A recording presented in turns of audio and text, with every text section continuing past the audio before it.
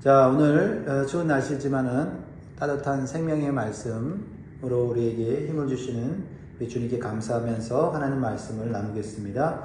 마태복음 7장 13절에서 29절의 말씀 통해서 주시는 교훈을 우리 기도 제목으로 나누겠습니다. 한번 따라하십니다. 오늘도 좋은 선택을 하게 하시고 그 선택이 생명의 길이 되게 하소서. 아멘, 아멘.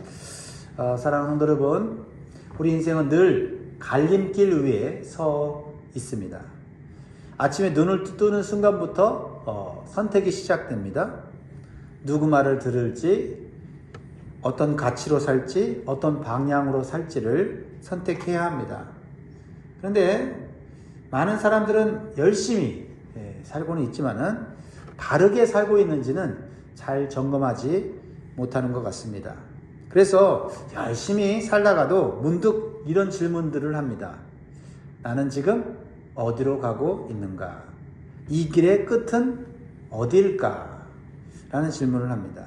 오늘 예수님은 우리 앞에 많은 길들이 있지만 두 길밖에 없다고 말씀하십니다. 무엇입니까? 생명의 길과 사망의 길입니다. 그래서 사망의 길이 아니라 생명의 길을 가고 싶다면 잘 분별하고 잘 선택해야 한다고 말씀하십니다. 그런데 감사하게도 우리 보고 알아서 하라고 하지 않고 예수님께서 오늘 말씀을 통해서 생명의 길을 분별하는 영적 교훈과 지혜를 주십니다. 그러므로 오늘 이 말씀을 마음에 잘 새기시기를 바랍니다. 첫 번째, 문을 잘 찾아야 된다. 세상에 문들이 있는데 문을 잘 찾아야 된대요. 어떤 문을 찾아야 되느냐? 생명의 문을 찾아야 한다. 생명의 문을 찾아야 한다고 말씀하십니다. 오늘 예수님은 우리의 인생 앞에 두 개의 문을 놓고 설명해 주시는데요. 그 문을 분별하는 지혜를 가르쳐 주십니다. 13절 14절입니다. 좁은 문으로 들어가라. 멸망으로 인도하는 문은 크고 그 길이 넓어 그리로 들어가는 자가 많고 생명으로 인도하는 문은 좁고 길이 협착하여 찾는 자가 적음이라.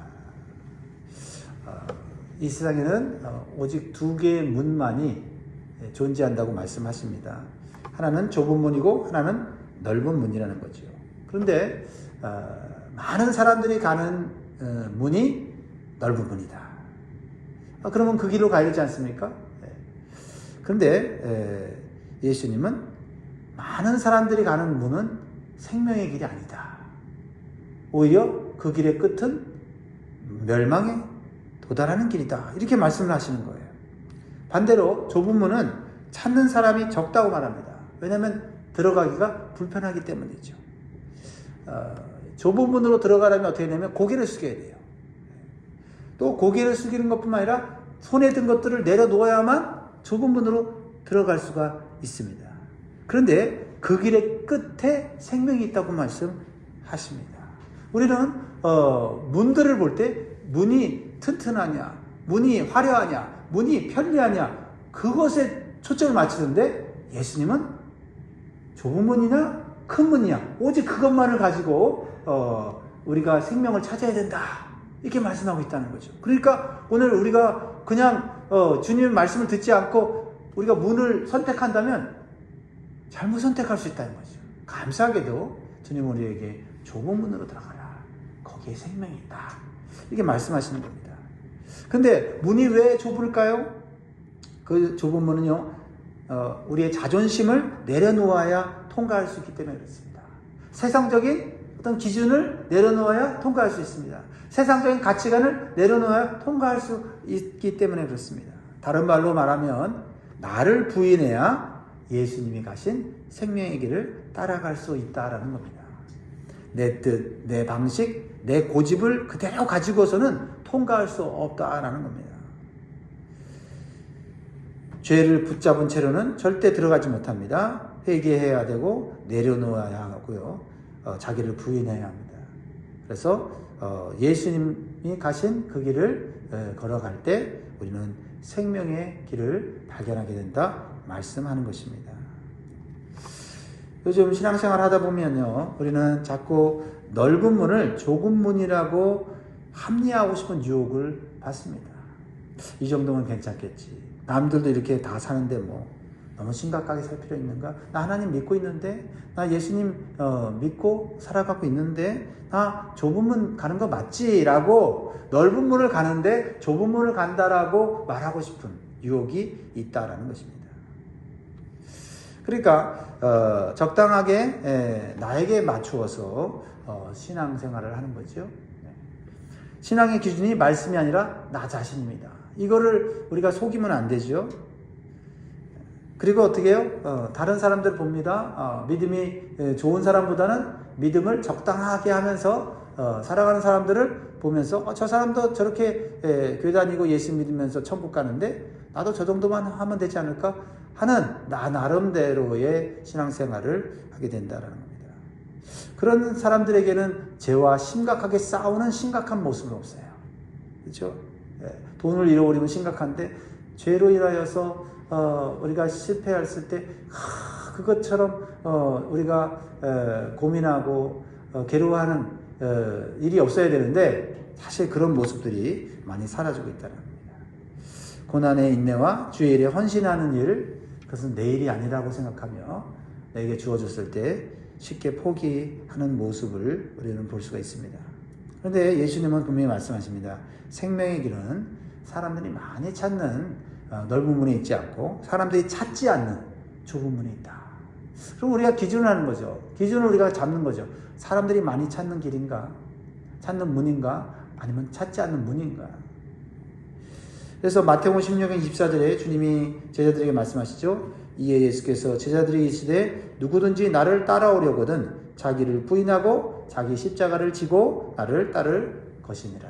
다시 한번 우리의 신앙의 어떤 본질 핵심을 다시 우리가 붙잡으면 좋겠어요.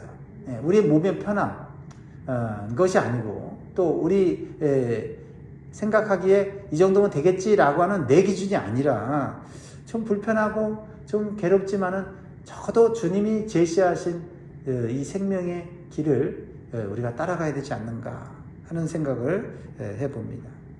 예수님은 좁은 문으로 가라 하셨을 때는 자신이 좁은 문이라는 것을 우리에게 말씀하시는 것입니다. 우리는 좁은 문, 그러면 답답하고 또 불편하게 생각하지만 좁은 문을 예수님이라고 생각하면 그렇게 생각이 들지 않습니다.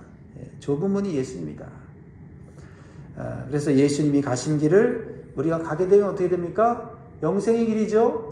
그렇죠? 하나님이 계신 천국이죠.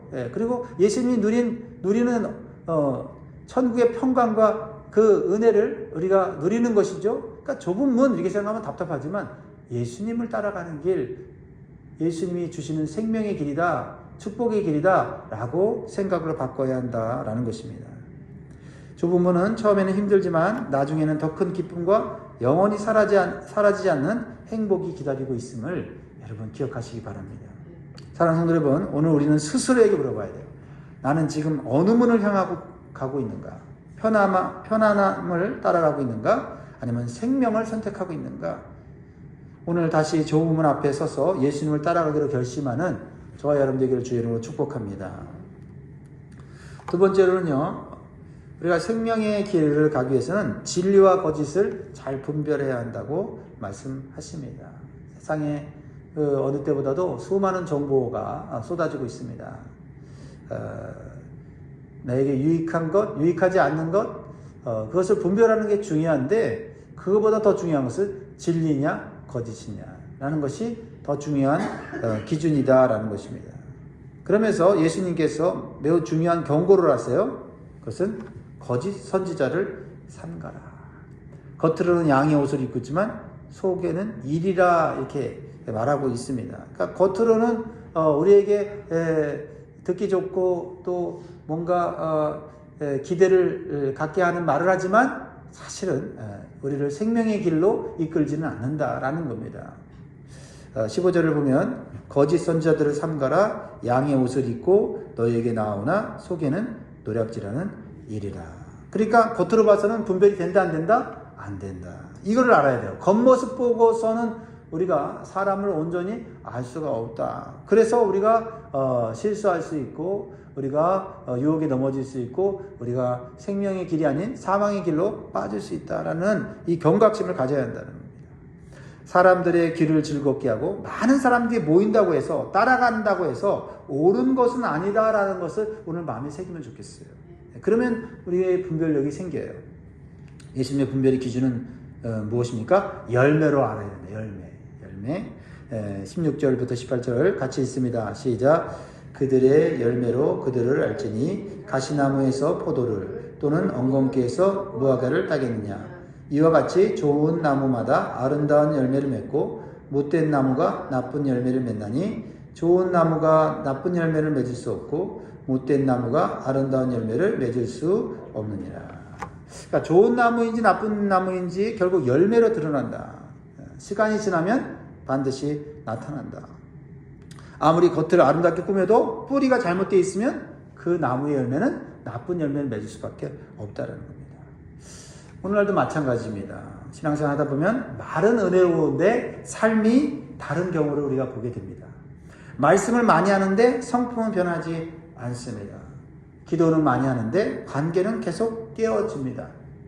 예배는 드리는데 용서는 못합니다. 이것이 열매 없는 신앙이다 라는 거죠. 좋은 나무는 반드시 좋은 열매를 맺습니다. 완벽하다는 뜻이 아니라 넘어질 수도 있고 실패할 수도 있어요. 그러나 방향이 다른 거죠. 회개하고 다시 일어나고 주님 앞으로 돌아옵니다. 그리고 주님 말씀에 순종하게 되는 것이죠. 이것이 좋은 나무의 특징, 좋은 열매를 맺는 성도의 모습이다라는 겁니다. 사랑하는 성도 여러분, 우리도 마찬가지입니다. 다른 사람들을 분별하기 전에 먼저 오늘 나 자신을 살펴봐야 되겠습니다. 내 신앙에는 어떤 열매를 맺히고 있는가?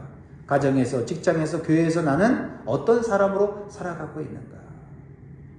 주님은 오늘도 우리에게 말씀하십니다. 열매를 보라, 열매. 우리의 입술의 고백이 삶으로 증명되는 그런 믿음의 삶을 사시기를 주의 이름으로 축복합니다. 세 번째로 생명의 길을 가는 길에 대한 주님의 말씀은요. 주님의 이름을 올바로 사용해야 된다고 말씀하세요. 주님의 이름을. 자, 예수님이 가장 충격적인 말씀을 오늘 하시는데요. 주여, 주여 한다고 해서 다 천국에 가는 것이 아니다 이렇게 말씀을 하세요. 우리가 주님을 대적하고 주님의 복음을 거부하는 사람들은 당연히 천국에 가지 못한다고 생각하는데요. 주여 주여 하면서 주님의 이름을 부르는데도 천국에 못 들어가는 사람이 있다라고 말씀하세요. 주님께서는 생명의 길을 가기 위해서 좀 더 깊은 영적 분별력을 필요로 한다. 좀 더 높은 수준의 분별력을 오늘 요구하시죠. 자, 21절에 보면 나더러 주여 주여 하는 자마다 다 천국에 들어갈 것이 아니요 다만 하늘에 계신 내 아버지의 뜻대로 행하는 자라야 들어가리라. 22절에 그날에 많은 사람이 나더러 이르되 주여 주여 우리가 주의 이름으로 선지자 노릇하며 주의 이름으로 귀신을 쫓아내며 주의 이름으로 많은 권능을 행하지 아니하였나이까 하리니. 주님 부르면서 주님의 이름으로 선지자 노릇도 하고 주의 이름으로 많은 권능을 행했다면 이 사람은 당연히 주님 계신 천국에 가야 되는 거 아닌가. 근데 주님은 너무나 뜻밖의 정말 우리를 좀 당황케 하는 표현을 하세요. 23절 시작. 그때에 내가 그들에게 밝히 말하되 내가 너희를 도무지 알지 못하니 불법을 행하는 자들아 내게서 떠나가라 하리라. 그렇다면 이게 뭐가 문제인가, 그죠? 겉으로 볼 때는 신앙생활 잘하는 것 같고 사역 잘하는 것 같은데 뭐가 문제였을까? 이 사람들은 주님의 이름으로 사역도 했고 귀신도 쫓아냈고 능력도 행했는데 주님께서는 나는 너희를 도저히 모른다. 그리고 심지어는 불법을 행하는 자들아 내게서 떠나가라까지 이렇게 말씀하시죠. 예수님이 이렇게 냉정하신 적이 없는데 예수님이 이렇게 말씀하신다면 뭔가가 있지 않겠는가 하는 궁금증이 우리에게 들어오지 않습니까? 무엇입니까? 문제는 주님의 이름은 열심히 불렀는데 주님과의 진정한 관계가 없었다는 거죠. 그건 예수님이 아시는 거예요. 그러니까 사람들이 볼 때는 와, 저 사람 주님 찾는다. 주님의 이름으로 일을 하는구나 하는데 예수님이 느끼는 건 뭐냐면 나하고 아무 상관없이 일하고 앉아있네. 이렇게 느낌이 들어지는 거죠. 우리도 살다 보면 그런 게 있잖아요. 내 이름을 거론하지만 사실 나하고는 아무 상관이 없는 사람들이 있지 않습니까? 그래서 황당할 때가 있지 않습니까? 저 사람 나하고 아무런 관계도 없는데 왜 내 이름을 들먹이면서 저렇게 내 이름을 팔아먹는가? 이럴 때가 있지 않습니까? 그런 거죠. 그런 형태 아닙니까? 예수님을 이용해서 내가 원하는 일을 한 것이지 진정으로 주님을 사랑하지는 않았다라는 것을 주님이 말씀하시는 거죠. 그러면 뭐가 신앙생활에 중요한 것인가?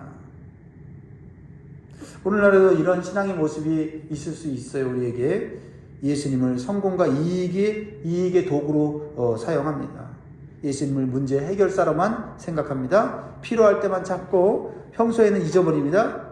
이것이 바로 예수님과는 관계없이 예수님을 이용하려는 신앙의 형태죠. 우리가 이런 모습을 보일 때 우리가 예수님을 사랑하지 않기 때문에 그러지 않는 것이 아니라 사실 우리가 나태하기 때문에, 그렇죠? 우리가 좀 정신을 딴 데 팔기 때문에 그런 것이지요. 우리는 빨리 여기서 다시 중심을 잡아야 될 줄 믿습니다. 주님이 원하시는 거는요, 사역의 크기가 아니라 사랑의 크기다라는 걸 오늘 마음에 새기면 좋겠어요. 그렇죠? 사역을 잘 할 때도 또 못할 때도 부족할 때도 좀 내가 좀 신앙이 좀 떨어졌을 때도 우리가 주님을 향한 사랑은 약해지면 안 된다는 거죠. 그 사랑에 힘입어서 다시 일어나는 것인데, 또 사역 잘한다고 은사가 충만해서 남들에게 인기가 있다고 해서 그게 주님과 꼭 상관이 있는 일이라고 말할 수 없다는 것을 오늘 기억하면 좋겠어요. 주님 사랑하는가? 아니면 나를 드러내려고 주님의 이름을 이용하고 있는 것은 아닌가? 오늘 주님이 말씀하세요. 외적인 업적이 아니라 내적인 진실한 관계다. 주님의 이름으로 포장된 내 뜻이 아니라 아버지의 뜻대로 하는 자가 참된 제자이고 천국에 들어가는 자다. 오늘 핵심은 아버지의 뜻이에요. 오늘 말씀에 아버지의 뜻. 정말 이게 아버지의 뜻인가? 그래서 21절을 다시 보면 나더러 주여 주여 하는 자마다 다 천국에 들어갈 것이 아니요 다만 하늘에 계신 내 아버지 뜻대로 행하는 자라야 들어가리라. 예수님이 감정적으로 얘기하는 거 아니죠. 분명한 기준이 있죠. 주님이 볼 때 주의 이름으로 일을 하지만 아버지 뜻대로, 하나님 뜻대로 일 안 하네? 그러면 주님은 그것을 올바른 길이다라고 인정해 줄 수 없다는 거예요. 그러니까 기준이 하나님의 뜻, 하나님의 뜻, 이것을 한번 좀 묵상하는 한 날 되면 좋겠습니다. 그래서 사랑하는 여러분, 우리는 스스로 물어보면 좋겠어요. 나는 정말 예수님을 사랑하는가? 아니면 예수님을 이용하고 있지는 않은가? 주님의 이름을 통해 나를 드러내고 있는가? 아니면 주님을 드러내고 있는가? 오늘 다시 주님과의 내적인 관계를 회복하시는 저와 여러분 되기를 주의 이름으로 축복합니다. 마지막으로 주님이 두 집의 비유를 통해서 우리에게 생명의 길을 제시하시죠. 즉 반석 위에 세우는 인생이 되어야 된다. 반석. 이 반석이라고 하는 것을 오늘 마음에도 새기면 좋겠어요. 주님이 제시하신 두 집은 겉으로 보기에 똑같아요. 그러나 비가 오고 바람이 불고 홍수가 나면 차이가 나타난다라는 겁니다. 하나는 무너지고 하나는 서 있게 된다. 그 기준점은 뭡니까? 그것은 바로 그 집을 짓는 기초다. 기초에 있다. 기초에 있다. 기초가 반석이냐 모래냐라는 것입니다. 오늘 이것을 묵상하면 좋겠습니다. 24절부터 27절까지 예수님이 주신 비유를 우리가 생각하면 좋겠습니다. 그러므로 누구든지 나의 이 말을 듣고 행하는 자는 그 집을 반석 위에 지은 지혜로운 사람 같으리니 비가 내리고 창수가 나고 바람이 불어 그 집에 부딪히되 무너지지 아니하나니 이는 주추를 반석 위에 놓은 까닭이요 나의 이 말을 듣고 행하지 아니하는 자는 그 집을 모래 위에 지은 어리석은 사람 같으리니 비가 내리고 창수가 나고 바람이 불어 그 집에 부딪히되 무너져 그 무너짐이 심하니라. 예수님은 우리가 짓는 집이 얼마나 좋은 재료, 얼마나 좋은 환경에 또 멋지게 짓느냐 이게 아니라 그 집의 기초가 뭐냐, 이게 우리를 위기 때 살리고 죽인다라고 말씀하십니다. 그러면 내 인생의 기초는 뭔가 다시 한번 오늘 생각해 봐야 되겠죠. 우리가 사는 인생에는 맑고 따뜻한 날만 있는 것이 아닙니다. 반드시 비가 오고 바람이 부는 날이 있습니다. 아무도 피할 수 없지요. 질병, 실패, 자녀 문제, 경제적 위기, 관계의 아픔, 누구나 이게 옵니다. 문제는 비 오느냐 안 오느냐가 아니라 어떤 기초 위에 세워졌느냐. 사실 이것은 예수님께서 기초가 되느냐 안 되느냐, 우리 인생이 예수님이 기초가 되느냐 안 되느냐 그거지요. 그래서 반석 위에 세운 인생은 말씀을 듣고 행하는 사람이라고 오늘 말씀하고 있지 않습니까? 말씀을 듣고 끝나지 않습니다. 순종하는 것입니다. 작은 것부터 실천합니다. 불편해도 말씀대로 사는 겁니다. 그것이 위기 때 우리를 살리는 겁니다. 반대로 모래 위에 세운 인생은 듣기만 합니다. 감동은 받지만 변화는 없습니다. 결단은 하지만 지속되지 않습니다. 그래서 위기가 오면은요, 무너지게 되어 있다는 겁니다. 사랑하는 성도 여러분, 그래서 우리는 오늘 다시 결단해야 됩니다. 말씀이 들린다는 것은 다시 기회가 있다는 것입니다. 새해가 주어졌다는 것은 다시 우리의 기초를 다시 새롭게 점검하라는 말씀입니다. 내 인생을 무엇 위에 세울 것인가? 감정 위에 세울 것인가? 말씀 위에 세울 것인가? 눈앞에 이익 위에 세울 것인가? 보이지 않는 천국의 소망 위에 세울 것인가? 사람 위에 세울 것인가? 주님 위에 세울 것인가? 주님 말씀 위에 굳게 서는 인생 되시기를 주의 이름으로 축복합니다. 말씀을 결론 맺겠습니다. 사랑하는 성도 여러분, 오늘 예수님은 4가지로 생명의 길을 찾을 것을 가르쳐 주셨습니다. 넓은 문이 아니라 좁은 문을 선택하라. 열매로 진리를 분별하라. 주님과 사랑의 관계를 맺으라. 반석인 말씀 위에 인생을 세우라. 이것이 무너지지 않는 생명의 길인 줄 믿습니다. 매일매일 하루가 시작되면서 기도와 말씀으로 여러분 분별력을 구하시기를 바랍니다. 그래서 사망의 길이 아니라 생명의 길을 선택할 수 있는 지혜와 순종이 있기를 주의 이름으로 축원드립니다. 기도하겠습니다.